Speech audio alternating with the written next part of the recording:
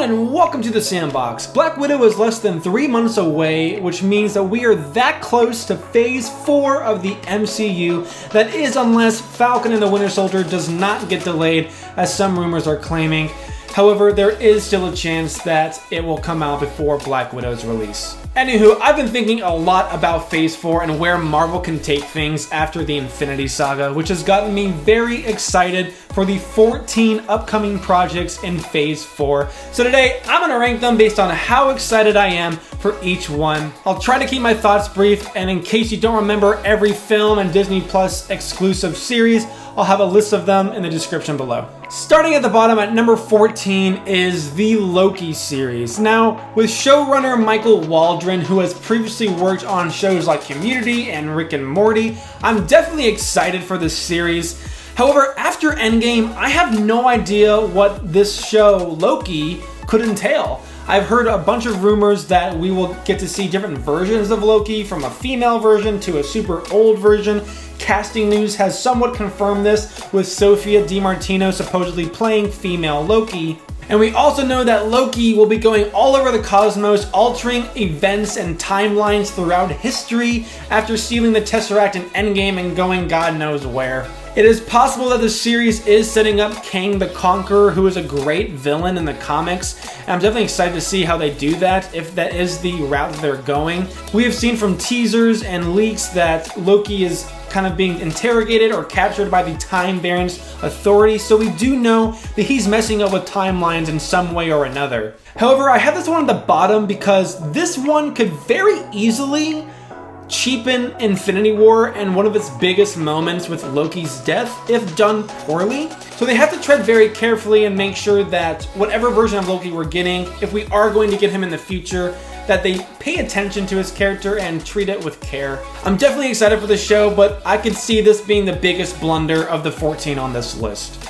Next up at number 13 is Miss Marvel. Now, I actually love Kamala Khan from the comics, who is the fourth and final person to wear the title of Miss Marvel. She's a Pakistani-American girl from New Jersey who learns that she has the Inhuman gene, giving her shape-shifting abilities. However, since Marvel has somewhat turned away from the Inhumans, I'm very curious as to how they're going to introduce her and her power set. Also, are they going to buff her, make her a little bit stronger, or just kind of keep her how she is in the comics? Because I'm not entirely sure of the full potential of her power set, and I'm not sure she is either in the comics. Now, the big problem for me is that her character largely revolves around her admiration for Captain Marvel, a character that the MCU unfortunately has yet to fully sell me on. So while I am very excited to see Kamala in action and see how Marvel's going to utilize her in whatever storyline they put her in, I'm cautious to get too excited about a character who looks up to someone that I don't have a solid taste for yet. Coming in at number 12 is the Eternals. Now, we don't know too much about their plans besides that they intend to include the Eternals and the Deviants, who are the Eternals' equally powerful, although destructive counterparts. We also know that Kit Harington, Jon Snow himself, is going to be playing the Black Knight, a character I'm very excited to see adapted in the MCU. Now, there are two foreseeable problems that I see with this movie for my taste. The first one being that this movie, according to Feige himself, is going to traverse 1,000 years' time within the MCU canon, and I think that's really important. I think we need to know more about the setting and the history of this universe, especially on the cosmic side, which this movie is going to set out to do. However, I just don't see how that could work as a film unless it's going to follow Neil Gaiman's 2006 reboot of the Eternals in the comics. And that story is based on Icarus kind of waking up after having his memory erased and learning that he's this immortal, powerful demigod. And he learns about the history of the Deviants and the Eternals and the Celestials, and he has to go and wake up his fellow Eternals and kind of get ready for whatever war or battle is coming with the Deviants. So the story is definitely a toss-up for me. I just don't see how we can have a story-driven movie that's going to kind of fill us in on 1,000 years of history in this universe. It seems like it's going to be a character-driven movie, which I think will work great with the cast that we have. I'm just very tentative to be fully sold on this movie at this point. And the second problem is that it's gods. It's demigods. It's not immoral and damaged and imperfect people like we've seen with Tony Stark, Natasha Romanoff, and the Scarlet Witch. So for the Eternals, I'm really just waiting to see what they're gonna give us, but you can bet your top dollar that I will be there opening night. Next up at number 11 is She-Hulk. I don't know too much about this character other than that Jennifer Waters is a lawyer and cousin of Bruce Banner, and she gets this emergency blood transfusion from Bruce because he's the only available donor with the right blood type for her, and this causes her to take on this softer version of the Hulk condition. I have no idea what story they could tell with this, but more Bruce Banner, more Professor Hulk is a huge plus for me. And the biggest casting news that we have for this is that they're looking for an Alison Brie type actress to play Jennifer Waters. So Alison Brie, if you've seen Community, you know she has great comedic timing. She can get that emotional appeal. She's just a great actress overall. Getting her in this role would be a huge get. Basically, them saying that they are looking for an Alison Brie type actress is basically saying, we're looking for her, we want her, we're gonna try and get her, and if we can't, we'll get the next best alternative. However, we have seen videos and photos of Alison Brie doing workout sessions with Brie Larson, aka Captain Marvel, which could be a subtle way of her announcing, I'm in. Time will tell what this show will bring, but I am eagerly anticipating all new information. Taking my number 10 spot is What If? Now, you guys know I love animation and I love Marvel, so this show is just a no-brainer to me. Plus the idea of exploring alternate dimensions, or at least storylines, is very awesome. We've gotten leaks of Captain Peggy, T'Challa as Star-Lord, and even Zombie Cap. So based off those ideas alone, I'm super excited. The only reason this show isn't higher up on my list is that it's not exactly canon, but yet at the same time it kind of is. Either way, there's no real impact on the story moving forward. Moving on to number 9 is Thor: Love and Thunder. Now, after Ragnarok, everyone was begging for more Thor films, and Chris Hemsworth, Taika Waititi, and Marvel were happy to oblige. What we know so far is that this will be a cosmic-centric story, which is what works so well for Ragnarok's soft reboot of Thor. We also know that some of the Guardians will be showing up. My money is on Star-Lord, Groot, and Rocket. I think Drax, Nebula, and Mantis will be off doing their own thing somewhere else. And we also know that Jane Foster will return and somehow wield Mjolnir, just as she did in the Mighty Thor comics.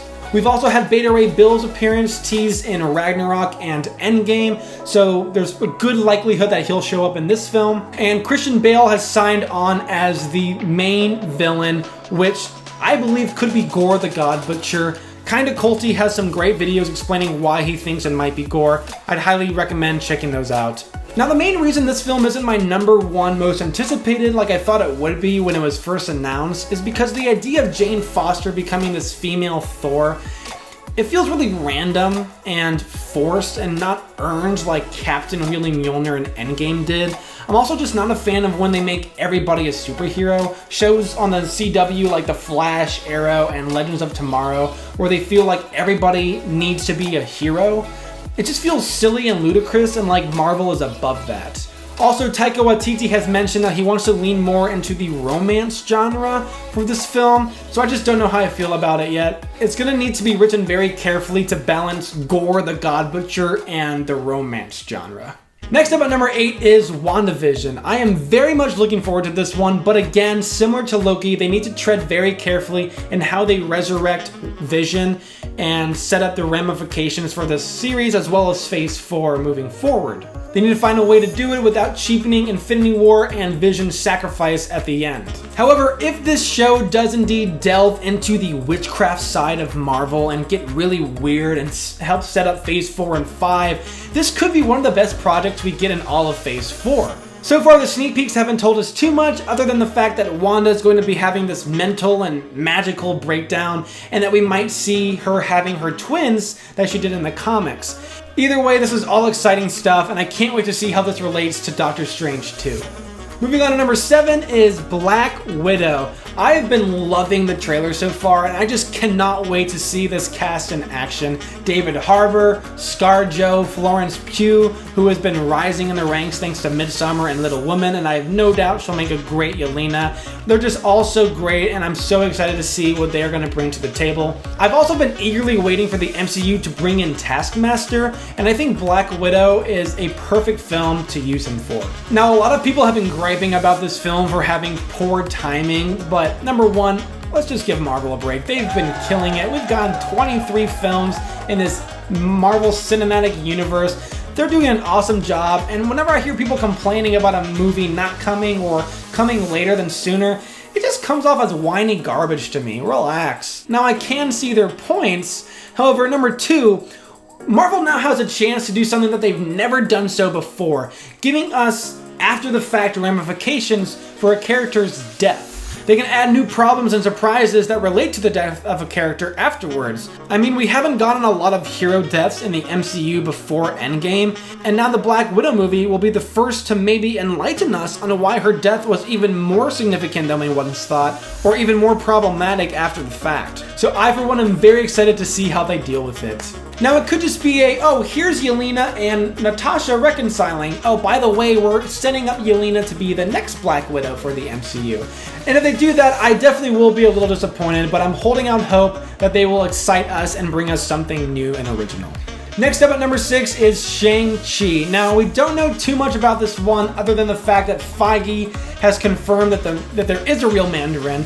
He's out there, he's heard of his impersonator, and he's pissed. But just looking at the casting and the writer for this film has me beyond excited. David Callahan, the writer, is known for the Expendables movies, Ant-Man, Godzilla, and Wonder Woman 1984. He's also working on the Hercules remake and the Spider-Verse sequel. He's definitely a desired writer in this industry, and he does very well with action films. And in the end, I'm just really excited to see our first martial arts-based MCU film.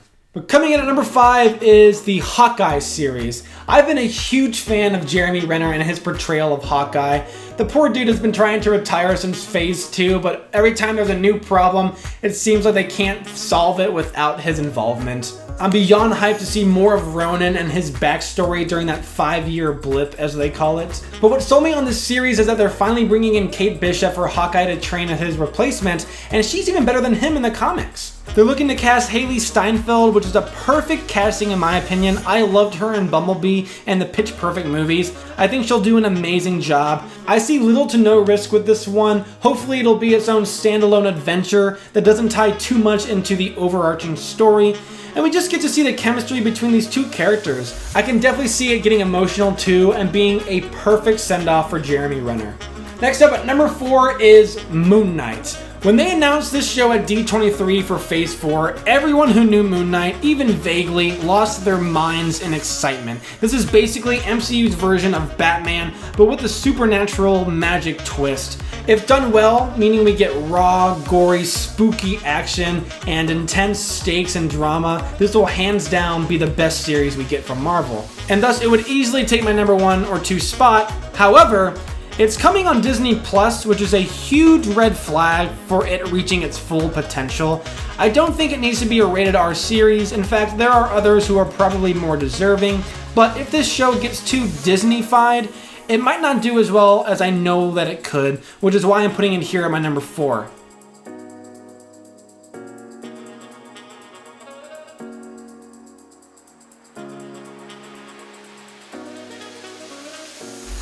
I have confidence in Marvel, they have earned that from me, but this is an intense character who requires an intense setting and storyline. Kicking off the top 3 is the Falcon and the Winter Soldier. These guys are my favorite sidekicks and minor characters within the MCU. They always feel like they add a lot to whatever film or even scene that they're in. I was really hoping to see more of them after Civil War, as their chemistry is hilariously intense. So when I heard that we are getting a buddy cop limited series tackling the idea of who will be the next Captain America, I was freaking out in excitement. And to top it off, it's the first series we'll be getting on Disney+. Now, from leaked clips and scenes that I found and the few teasers we've gotten, I can definitely see them incorporating that political thriller genre that works so well in Captain America 2, with the government kind of stepping in to replace Cap themselves with US Agent. Also, the emotional aspect of Sam and Bucky both questioning whether they are good enough men to replace Steve Rogers will give this series an extra kick. Overall, I'm super hyped for this show and I'm counting down the days until its release. But my runner-up at number 2 is Spider-Man 3.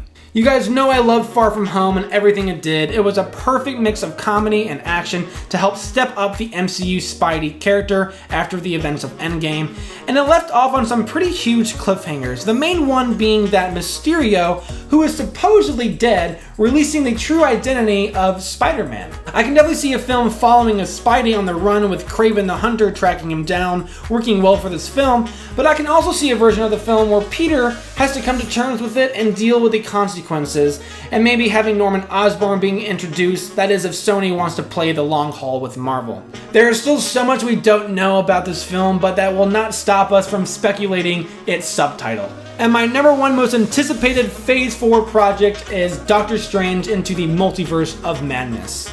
There are just so many things that draw me into the idea of this film. It being the first MCU horror, its gothic inspiration from the comics, Nightmare as a possible villain, Mordo's hunt for the sorcerers continuing, and the Scarlet Witch returning, making her the only one to show up in multiple projects in Phase 4, at least that we know of at this moment. It is possible that Loki will return in Thor 4. Plus, getting to see Benedict put on the cape again for a sequel, now that his character has gone a bit more hammered out since 2016, is super exciting. He definitely stole the spotlight in Infinity War for me. There's a lot going on in this film, clearly. Unfortunately, Scott Derrickson has left as the director due to creative differences. However, he is staying on as an executive producer, and Sam Raimi is taking over, and both of them are well known for their trippy horror films, so we can definitely expect Doctor Strange 2 to get weird and to get psychedelic.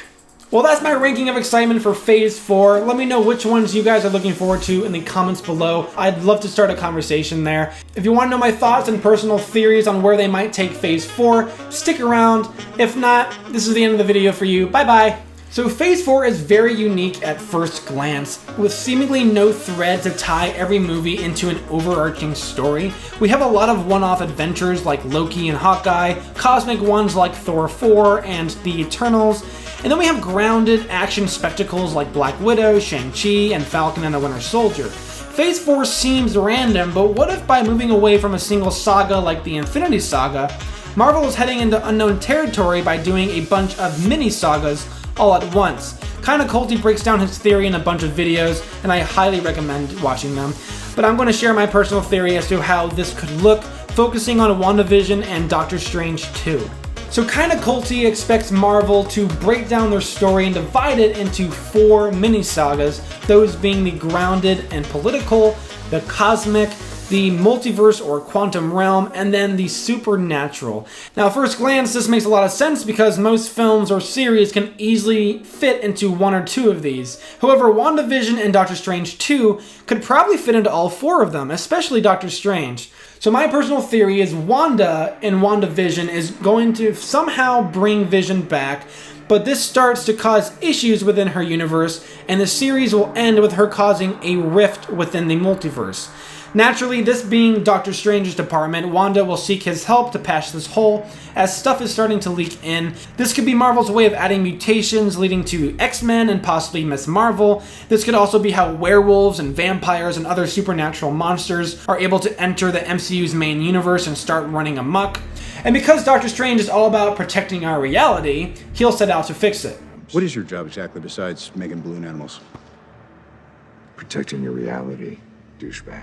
Thus, he travels throughout the multiverse being manipulated and chased by Nightmare or Mephisto or whatever villain we get who wants to wreak havoc everywhere. This could also explain the bunch of new characters that Feige has promised Doctor Strange 2 will introduce us to as well. But in the end, Doctor Strange will find a way to patch up the rift. However, he will only be able to do so from the inside, leaving him trapped in the wrong universe. Thus, Phase 4, at least before Moon Knight, Ms. Marvel, and She-Hulk, will end on another big low with Earth's mystical defender nowhere to be found. All the meanwhile, Mordo is taking out the other powerful sorcerers, leaving our Earth very vulnerable. Thus, this is what leads to people becoming bounty hunters like Blade and Moon Knight.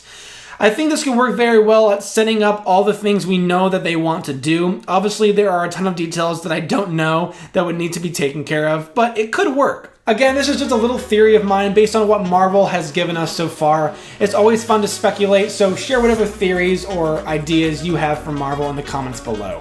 And again, go check out Kinda Culty. He has the best MCU videos, hands down, and he could use some love on his channel. Thanks for watching. I'll see you all next time.